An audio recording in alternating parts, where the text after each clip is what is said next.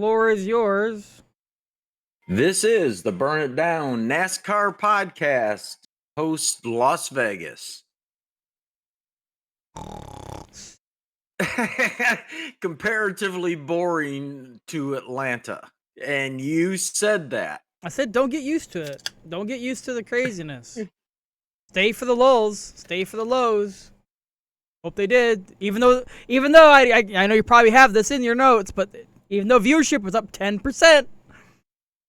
It was, but I think that was the result of the chaos that we saw at Atlanta. They wanted to see it again. Yeah. Yes, I do have that in my notes, but hey, that's a good thing. Yeah, like I said, it's not a bad thing. I just hope they stay. Yeah.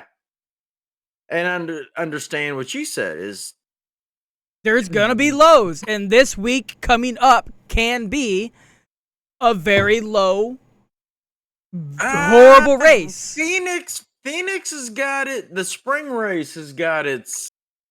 They got this short track package that can't pass. Now they changed it up, and no one knows what to expect. So they got what they changed. They changed the underpan. They changed the diffuser. They changed the wings. I think it's 2 inches or 3 inches or vice versa. So they changed the package and hoping that it's more racy. But last 2-3 years, they're trying to loosen. They're trying to loosen the cars up. Yeah. So I think it's going from 3 to 2 inches in the spoiler. But still. Yeah. Short track racing has been bad in this new car. So this has the potential, I know we're skipping ahead to Phoenix, of being a very boring race, but let's hope it's not. Because short track racing is great racing when it's great, when it's good.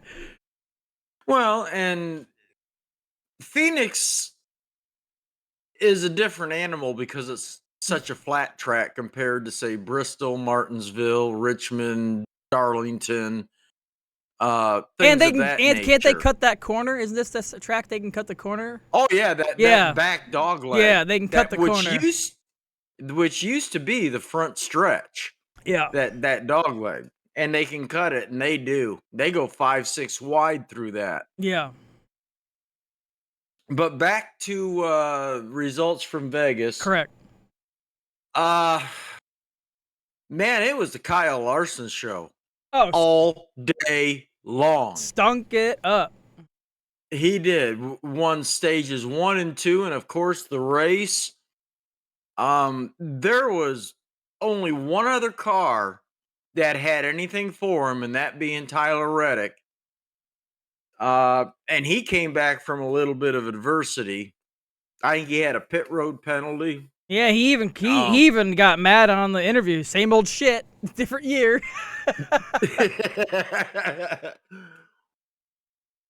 But as far as an individual that likes the racing, if Kyle Larson wasn't as hooked up as what he was, it wasn't a bad race. There was a lot of passing.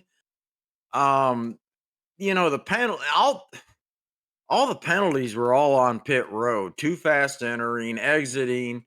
You had Bubba Wallace where they had to get the Sawzall out and cut a lug nut off. Threw him several laps down, and that was after a speeding penalty that he had. It wasn't. I just don't think we're in our lifetime. Maybe this fall, I don't know, gonna see a race like we saw at Atlanta. So we got to stop comparing everything to that. Yep. But I was pleased. I just, again, a connoisseur of the sport. I enjoyed it. I kept waiting for Kyle Larson to blow a right rear tire so it'd blow up your damn fantasy league. I still won by 2. I think 2 points. I know, by 2 or 3. It was like, God damn it, man. And I had good picks, but I threw some. I took Ty Gibbs. I don't have it in front of me. I can't get it on the new Mr. Lenovo here. because I haven't actually logged in on that. But anyway. You had Cindric, Gibbs, Truex, Blaney, Logano, and Wallace, but Wallace was the garage, and I won by. I never took him out, and you were playing shuffle the deck all day long. I beat you by 4. Okay. I had Logano, Byron, Bell, Larson, and Truex, and I should have. Well, when Bell blew his tire or whatever the hell happened early, I took him out. Instant switch. I saw it in real time. I saw him. I'll switch him out, and next thing I know, he's in the top 10. So I'll put him back in, and next thing you know, he's way back out, and I couldn't swap it. But it was only 5-point difference if I would have put Cindric in over him anyway, so it didn't matter. And honestly, I was back and forth on to whether to put Larson or Wallace in the garage. And I wish I'd have put Larson, but whatever. It is what it is. Larson? I'm just trying to... You said Larson? Larson on the ring. Who you mean? You mean Cindric? Larson. I didn't have Larson in my pick. Oh, I see what you're saying. Okay, I thought you meant in your lineup. No, I got to my garage picks, I was going back and forth. Gotcha. And I was like, I'm trying to keep up with you without using the A-game players. And I thought with Cindric is what screwed me. He got that speeding penalty on pit road. And he got down a lap. He could never get it back. So, it is what it is. But I thought I did well with some really non-A-game picks. But anyway, it is what it is. Let's do it. Larson wins the race in dominant fashion. You can't say anything other than they were on a freaking rail. And back in my mind, I was thinking, all right, there's going to be a penalty on this. They're going to find something. As much as he stunk that up. Nope. But they didn't. He passed post-race. And then Tyler Reddick was second. Blaney was third. Chastain fourth. Ty Gibbs, good pick of mine. In fifth, Noah Gragson, shout out in the number 10. Shout out. Yeah. Truex in seventh, another one of my picks. Hamlin in eighth. Logano got the pole. Had some some handling problems, got way back, almost went a lap down at one point. But he fights back for a 9th place finish, and Byron was 10th. Notable, Elliott in 12th, Keselowski in 13th, Bowman 18th. He was the one you kept playing with. No. Or was it Byron? It was Christopher Bell when he went down, but there was somebody else I kept too. It was Byron, I think. Byron had a problem too because first stage he was 34th, and then he came back. But it was Byron, Bell, and Cindric I was he shuffling. Had a fucking trash bag with a beer can in it on his front. Yeah.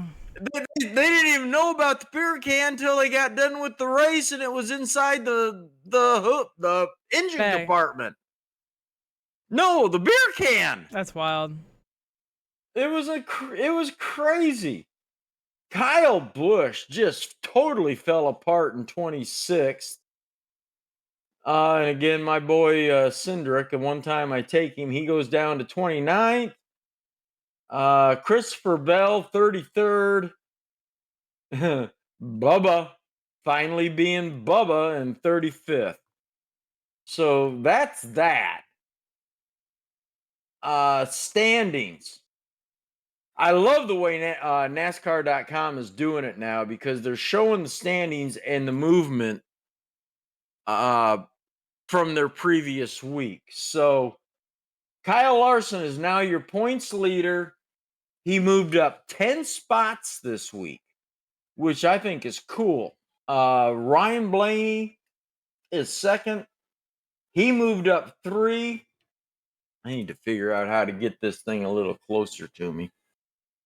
Truex is in third. He goes up 1. Byron is in fourth. He goes down 2. Chastain's in fifth. Up 3. Kyle Busch. Down 5 and 6th. Chase Elliott down 4 and 7th. Suarez down 4 and 8th. Ty Gibbs moves up 5 into 9th. Hamlin moves up 9 into 10th. Bubba falls 10 spots into 14th. Bowman falls 4 into 13th. Where am I looking? Christopher Bell falls 5. I'm looking for the biggest movers. Noah Gragson, he's on the board. He's no longer negative points.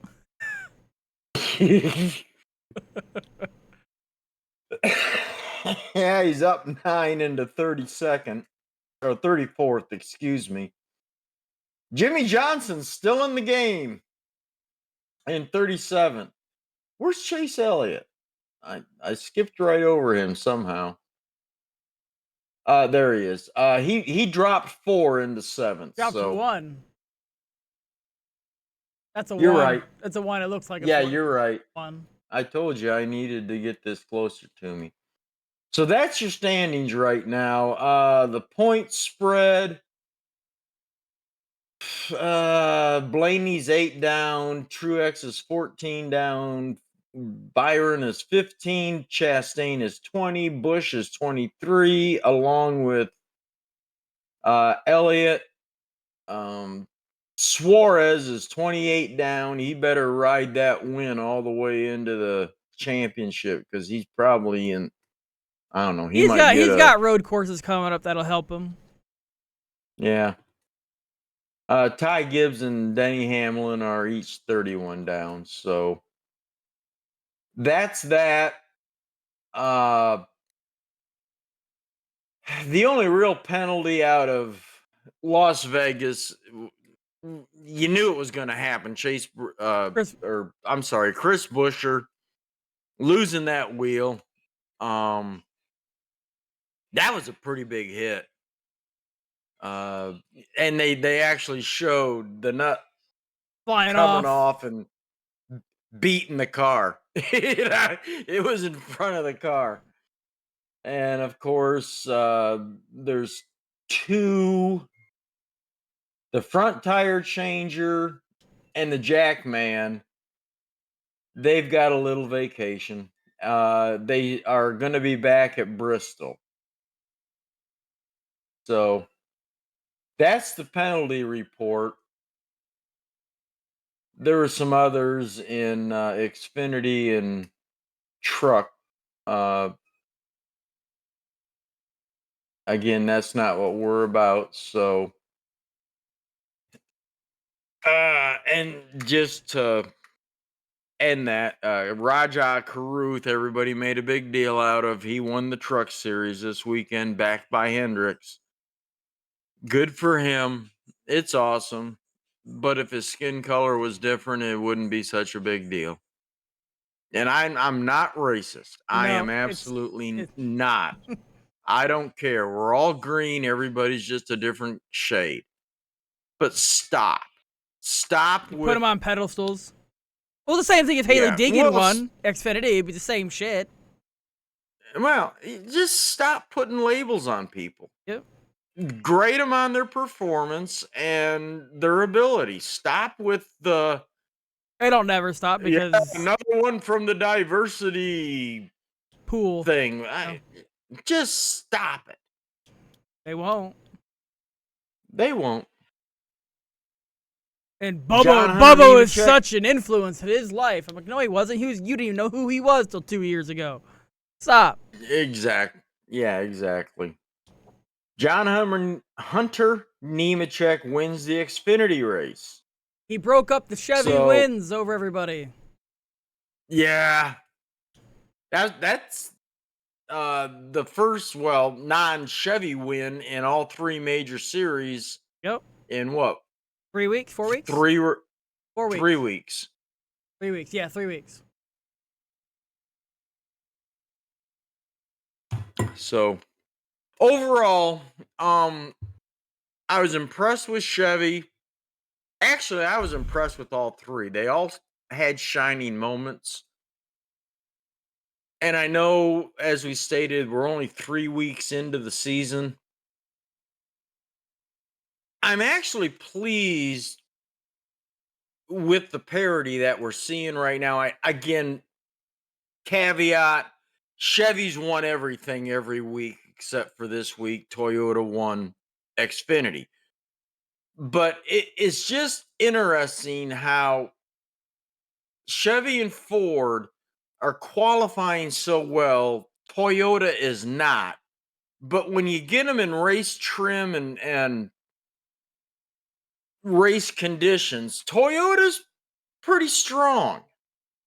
They're contenders. I mean, how can you not look at what 45 boy there did? I mean, he was slow on the restarts, but as the session went on, he just kept coming and coming and coming.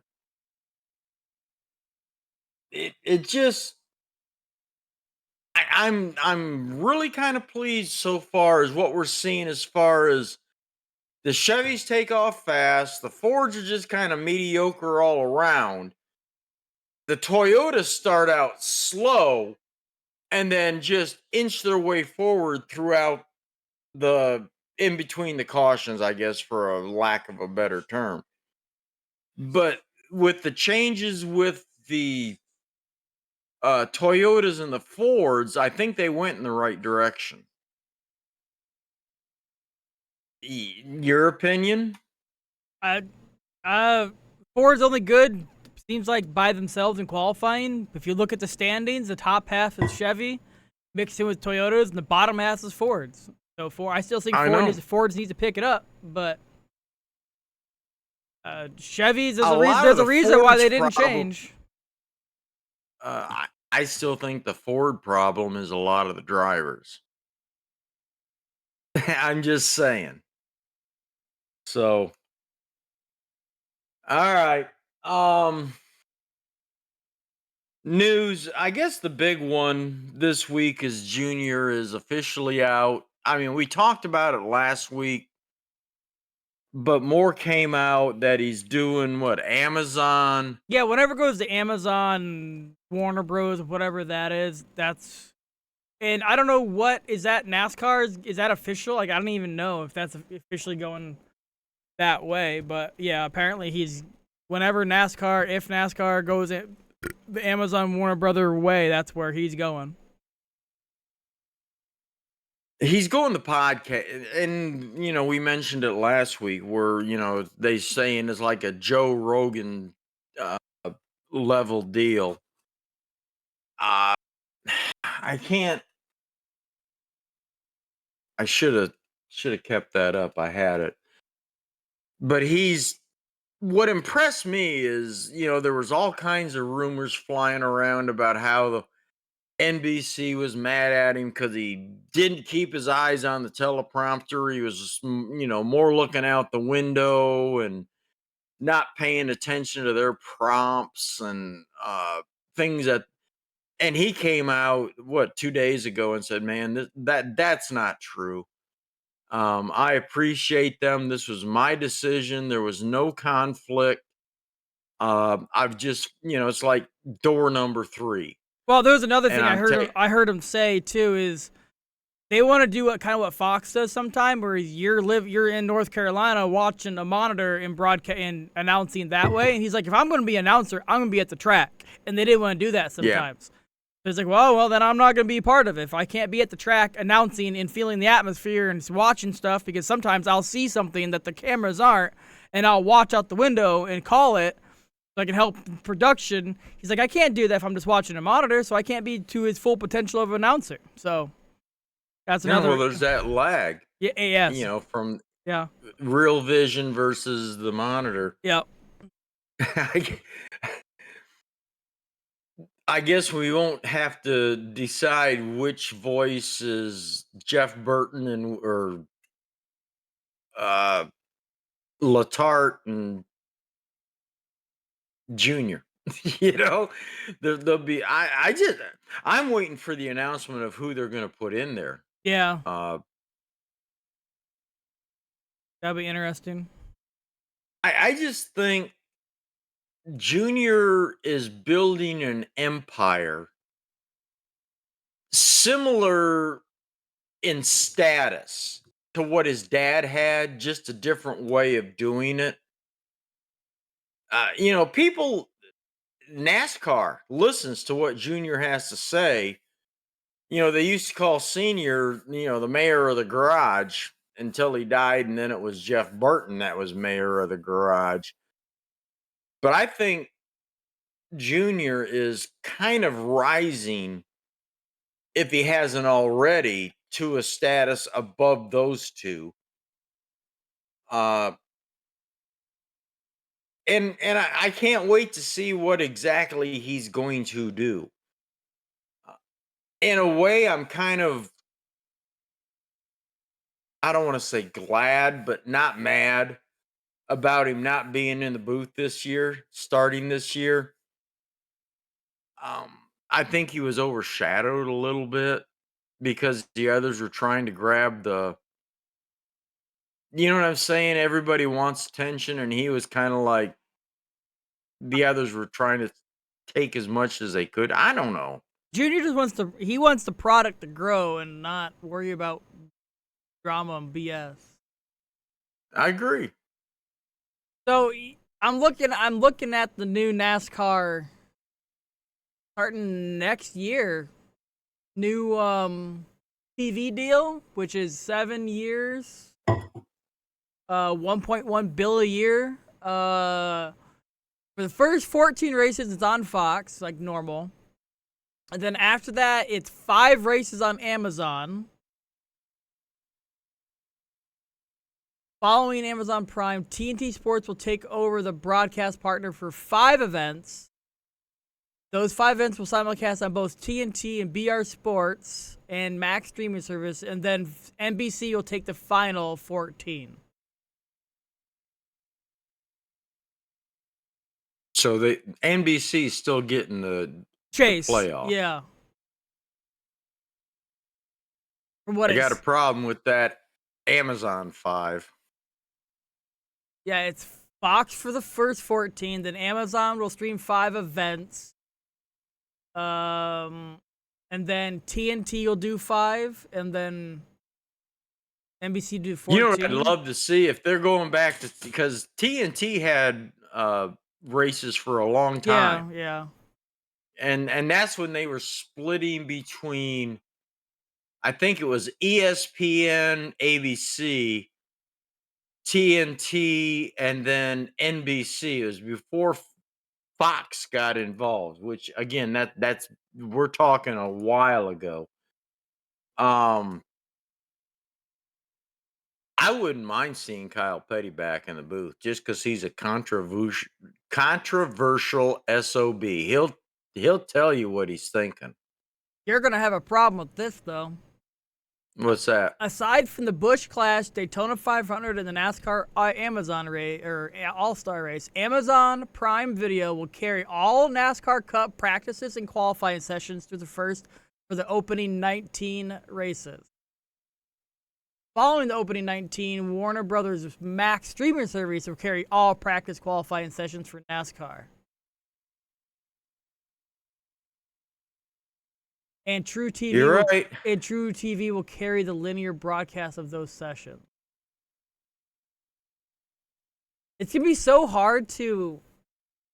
Which week is it? What channel is it on? What channel is it on this week? It just seems like they're trying to make it harder for people to. Well, they just need watch. one broadcast, one only, and be done with it. Just like right now, the new Xfinity is strictly CW. That's it. And Fox is strictly Craftsman Truck Series from all races. FS1. Fox is it says Fox Sports. Yes, retain all Yeah, for it's Craftsman. FS1. And the CW is all all the Xfinity series, but the NASCAR series is gonna be the first one's Fox Sports, whatever they want to put it. But it said all practice and qualifying sessions for the first 19 races are all Amazon. What does that cost a month? Do you have? You don't have it, obviously. I have Prime. I've had it for a long time. It's like $10-12 a month. Okay. I mean, I can give you the password and just it's all it is a streaming app on your smart TV. Log in. All right, we'll deal with that when we have to. But the thing is, though, for the other one, I don't have Warner Brothers Max streaming service. We'll carry all practice and qualifying sessions for NASCAR Cup Series each for the following 19. The first 19's Fox and Amazon. After that, it's Warner Brothers and TNT, NBC. I don't have the Max streaming service for practice and qualifying. I won't be able to watch that. And True TV will carry the linear TV. I don't know what that means. What True TV will carry the linear TV broadcast of those sessions. I don't know what that means. Is linear mean over the air? Maybe that means True TV will carry the non-streaming portion of it. Is it the cable version? I'm assuming True TV will carry the linear TV. Yes, it does mean that. True TV will carry the linear TV broadcast of those sessions. So you won't need the streaming service for that. But for Fox's ones, you will need Amazon for qualifying and practice. Even though practice is only like fucking 30 minutes anyways, but qualifying is on Amazon. Amazon could do well with it because they do Thursday Night Football and they do like advanced stats and they do some pretty cool things. So let's see what they do, but still like going here to there, bouncing back and forth, it will be confusing for a lot of people. I don't know why. Whatever, if they want to branch out and go into some of the streaming stuff, that's all well and good. But my opinion, I believe that every cup race, I'm not talking about Xfinity or truck. I'm talking about cup race. Needs to be on national television. Whatever else that should be on national over-the-air free TV. That's what.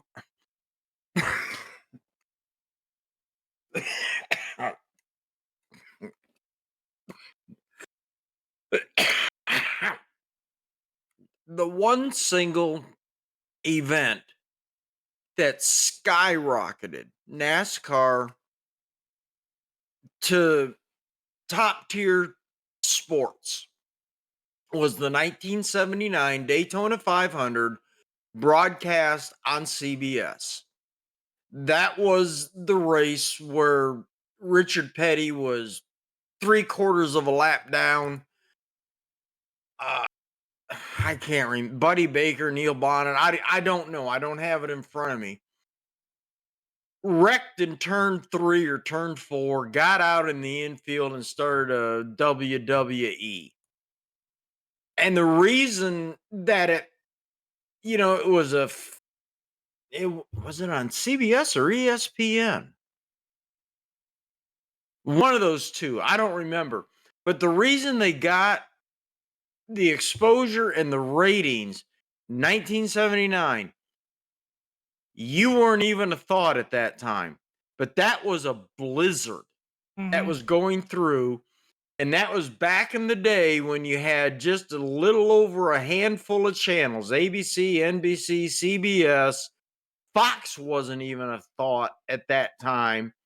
You had PBS and a couple of local affiliates that, did the weather and at the time is TV, and everybody had to have an antenna.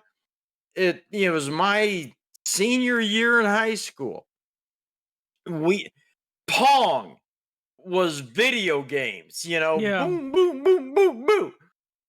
But everybody was cooped up that weekend and they had to watch something. And the most exciting thing that was going on that weekend was the Daytona 500. And I just wish NASCAR would understand they don't need to make their coin off of the broadcasting. They need to use the broadcasting to bring the folks to the track and make their money there. Whether it's memorabilia sales, ticket sales, infield, pit road, uh, garage accessibility. That's what got everybody into it. Is like, oh, this is kind of cool. Hey, I can buy a ticket for 25, $30. I can get a soft card to go onto pit road into the garage. I've told this story before when one of my best buddies and I were doing another before podcasts were a thing. It was an internet radio show, and we had backing from an outfit out of Chicago. They got us infield passes and they got us hard cards because we were considered part of the media to go into pit road, hot passes, hard cards, whatever they were. And it was the year that we were there was the year that Adam Petty had the accident at New Hampshire. It was the August race. And Kyle, the Melling Racing metal yellow car, the Michigan race was the first race that he was back after Adam had died at that wreck in New Hampshire. And I'll never forget that. I think about it often, how lucky we were to have that at that time because Adam, had passed and it was Kyle's first race back. And they were having troubles and again, this is back in the days when they did 2-day qualifying, uh, and had practice half the week. We got in there on Thursday and the cars were already on the track. But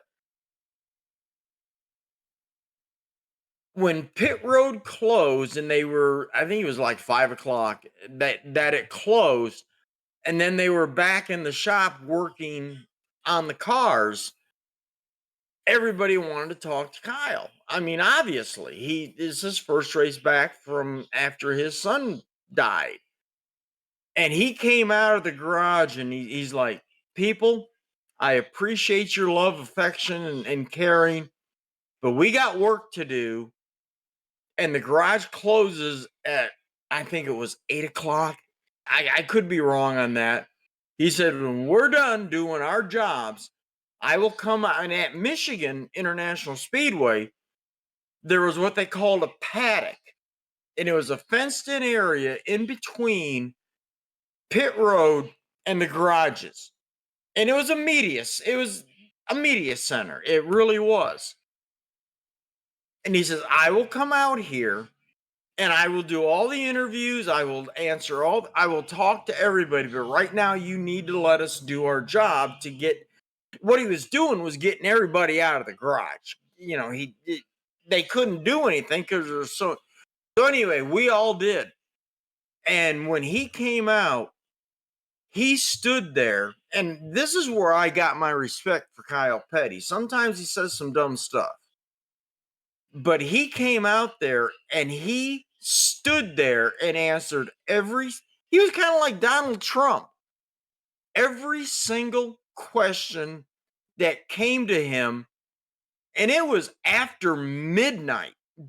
So, a good 4+ hours that he stood there and addressed every issue, every question that the media had.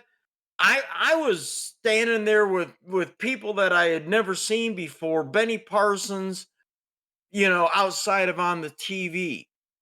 Just legends of the broadcasts of the sport, just, you know, just feet away from him. We never did get to talk to him or answer anything, but it was just so cool being there. And that's what NASCAR needs to go back to, is things of that nature where it's just real. You know what I'm saying? Mm-hmm. All right, I'll shut up and get off my. 'Cause that was honestly, one of my most cherished and favorite memories of all, for as long as I've been watching NASCAR. Um, that is the crown jewel, is to be able to stand there for those 4+ hours and watch all of that.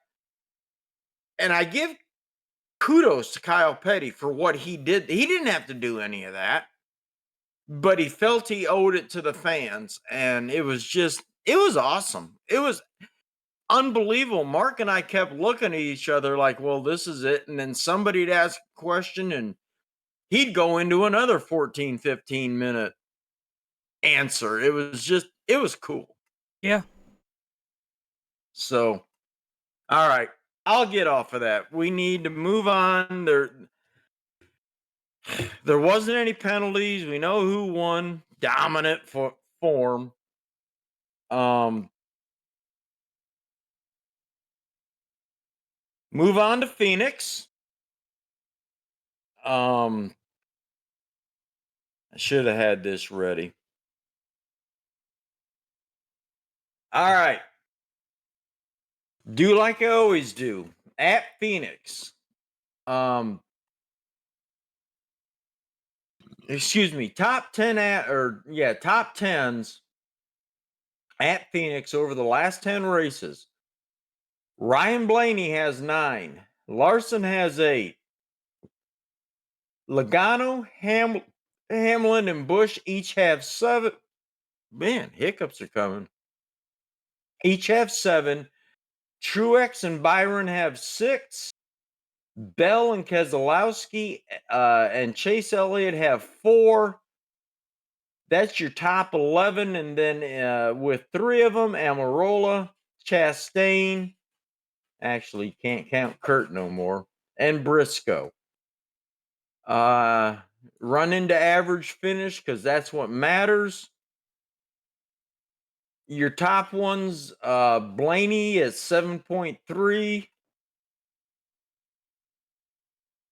Logano 7.4. Larson 8.0. Hamlin is in 5th. Bush, Byron, Truex, and Elliott are your top 10 in average finish. And Chase Elliott is a 14.0. Racing at finish, all of them have been in the finish line except for Blaney, Larson, Truex, and Elliott. And it's only 2 or 3 times. So, with that being said, I gotta go back into something here real quick.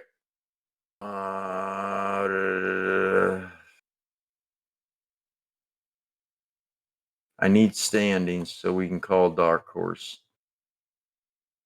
And I closed that. Where'd I get it from? Get out of here. Vegas results. Las Vegas results. Schedule. I need standing. Where are you at? Good God. Cup Series.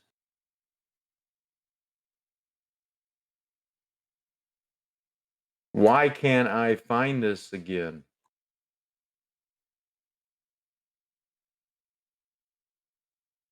Are you freaking kidding me?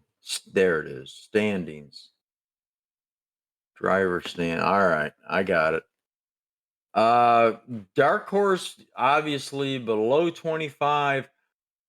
Who you taking for your winner at Phoenix?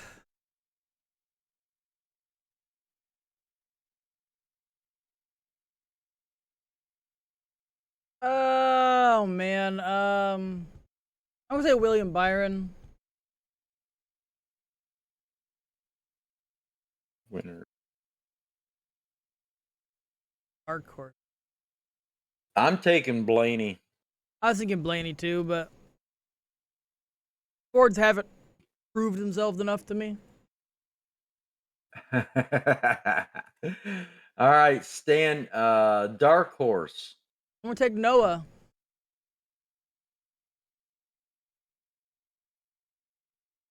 Whoa, you took.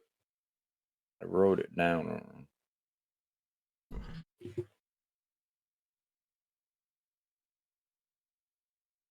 Brian for the dark horse. Noah. Uh,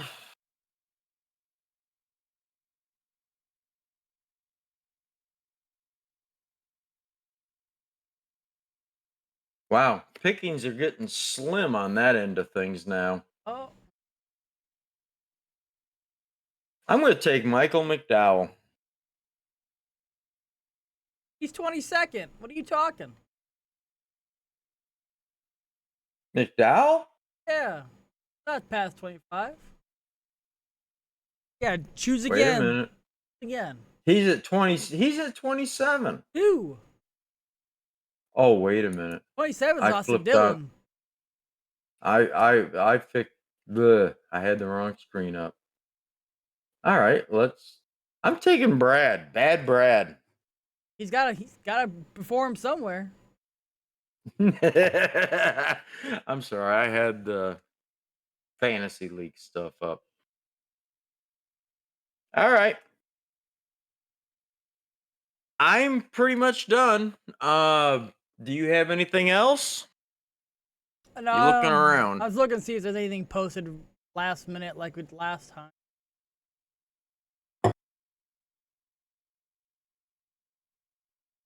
Bob.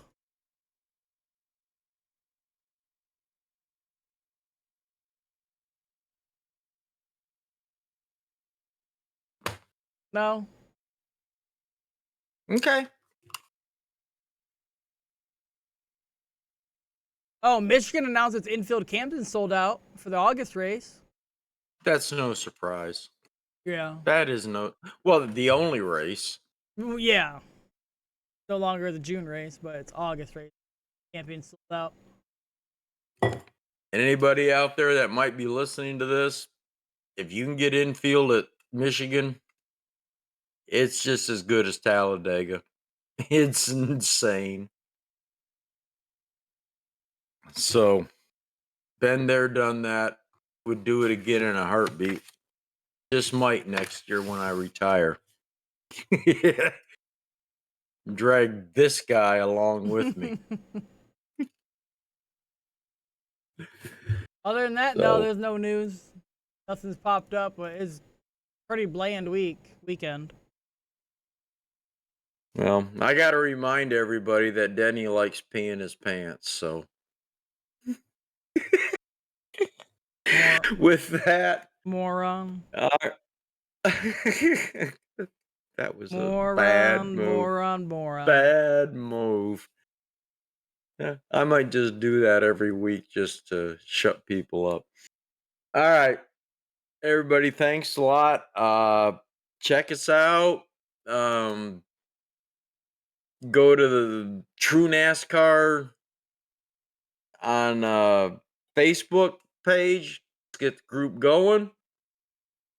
I guess we're on most every platform as far as podcasts. RSS, Spotify, Amazon, iHeart, Apple, Samsung, Pandora, Google Podcasts. Just search Burn It Down NASCAR Podcast and TikTok. Same thing. Awesome. Join us on the Fantasy League. Go to NASCAR.com. Fantasy League Live. Search again. Get it's all free. Log in, get your team up. Search for Burn It Down NASCAR podcast. There is another group up there with a very similar name, but we are Burn It Down NASCAR podcast. Let them race. So join us. Let's have some fun. With that, I'm done. Thanks everybody, and please tell somebody watch us. That's it.